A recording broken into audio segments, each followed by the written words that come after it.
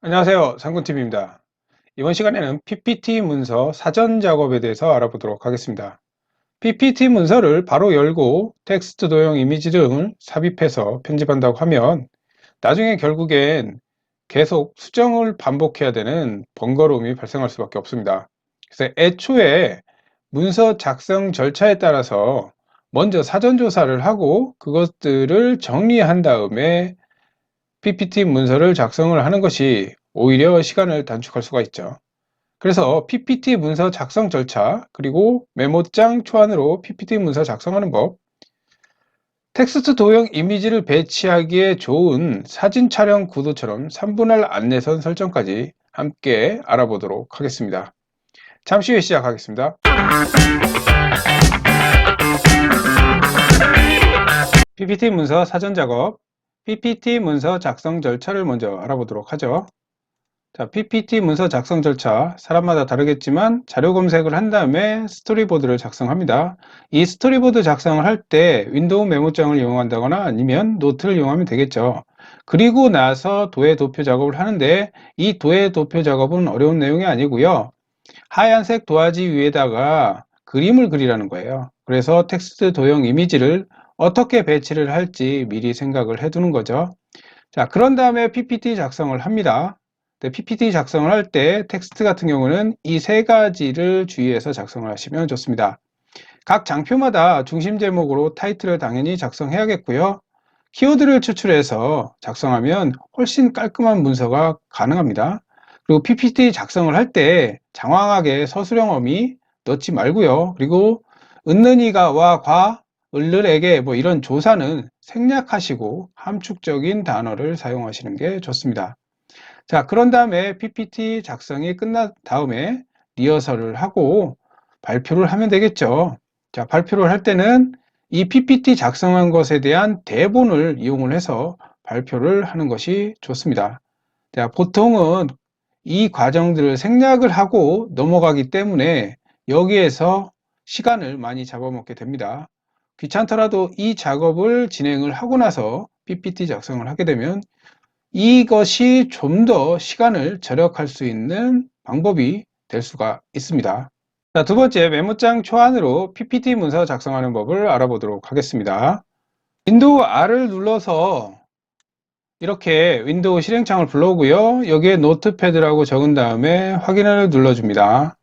아니면 윈도우 작업 표시줄에서 메모장으로 검색하셔서 불러와도 돼요. 자, 여기서 작성을 하는데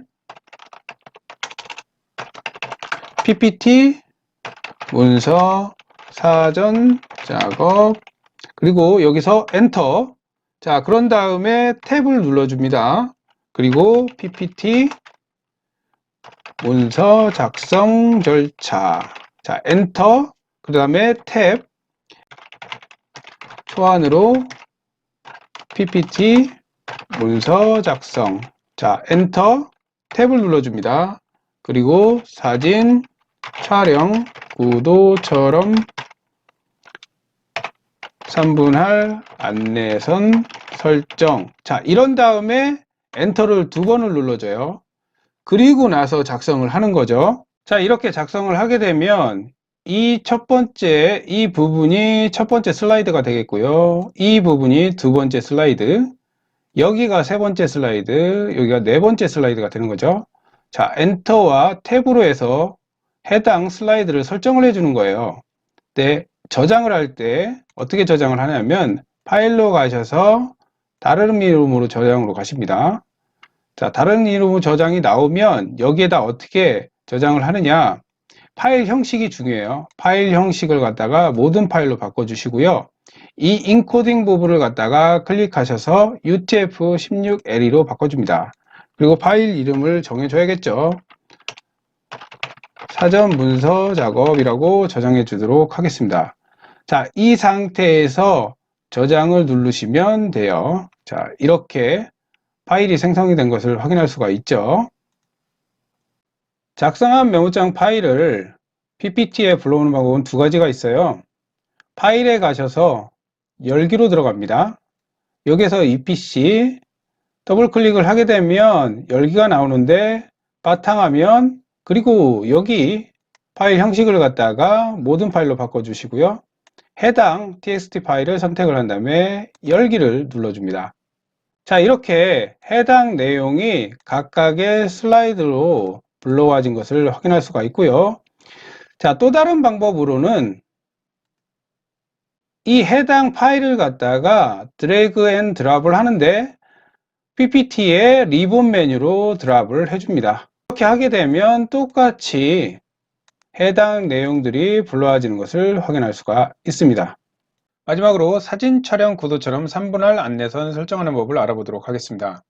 인터넷 검색창에 사진 촬영 구도 잡는 법이라고 검색해 보시면 이 내용이 많이 나오죠. 그래서 슬라이드를 3분할을 해서 9개 영역으로 설정해 놓은 다음에 그 상태에서 텍스트 도형 이미지를 배치시키면 훨씬 더 쉽게 원하는 위치로 보기 좋게 할 수가 있습니다.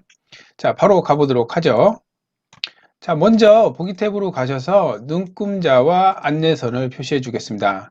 자, 안내선은 Alt F9가 단축키고요. 그리고 눈금자는 Alt Shift F9로 설정해 주시면 돼요.